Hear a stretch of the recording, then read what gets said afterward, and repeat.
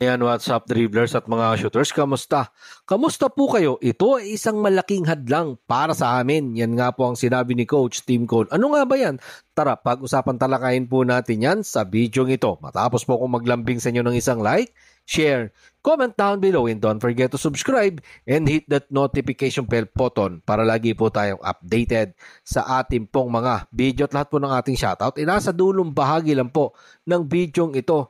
Halatang halata na nanlumo si Gilas Pilipinas head coach Tim Cone sa 95-87 na pagkatalo ng kanyang kupunan na Gilas Pilipinas laban sa Chinese Taipei sa pagsisimula nga po ng kanilang kampanya sa FIBA Asia Cup dyan sa Jeddah, Saudi Arabia. Sinabi nga po ni Gilas Pilipinas mentor na hindi nga daw maganda ang kanilang naging panimula at sinabi din ni Coach Tim Cone na ang tanging magagawa na lang ng kupunan ngayon ay magpatuloy at lumaban at paghandaan ang kanilang susunod na laro. Tapos, na-fouled out pa ang ating Gilas Pilipinas naturalized player na si Justin Brownlee pagdating ng fourth quarter. Narito po ang mga sinabi ni Coach Tim Cone sa ulat ni Jerry Ramos sa Spin.ph. Malinaw na hindi kami naglaro ng napakahusay. Disappointed sa paraan ng paglalaro namin. Nahuli kami sa unang bahagi ng laro at naglaro lang kami ng parang 40 minutes kaming nasa panic mode. Nasaktan talaga kami sa pagkatalo pero makikita namin kung ano ang magagawa namin. Kailangan nating tingnan kung maaari tayong mag-move forward. Iyan lang ang magagawa natin sa puntong ito. Wala nang iba. Yun ang dapat gawin. Wag na nilang tingnan yung kanilang pagkatalo at mag-move forward.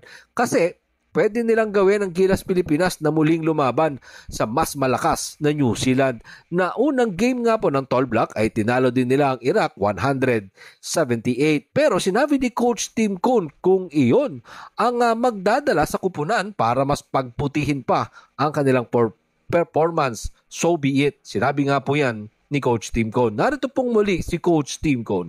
Sa ulat pa din po yan ni Jerry Ramos sa Spin.ph. Ito ay maaaring isang malaking hadlang para sa amin dito mismo.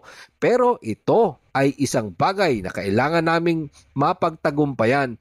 Kung kailangan nating dumaan sa loser bracket, pagkatapos ay susubukan nating gawin, iyon ang manalo. Well, again, para sa akin, hindi pa tapos ang tournament.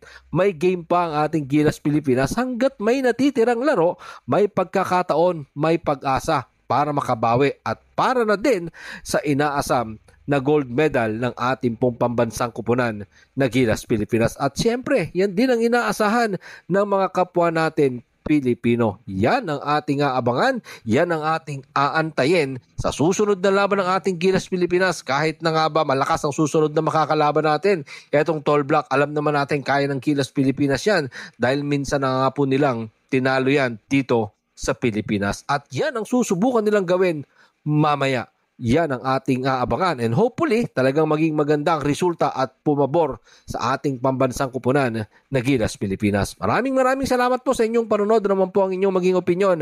Diyan po natin yan pag-usapan sa comment section. Ingat and God bless everyone. Adjourn, pero katulad po ng ating nakagawian, bago po natin tapusin ang ating video, shoutout po kina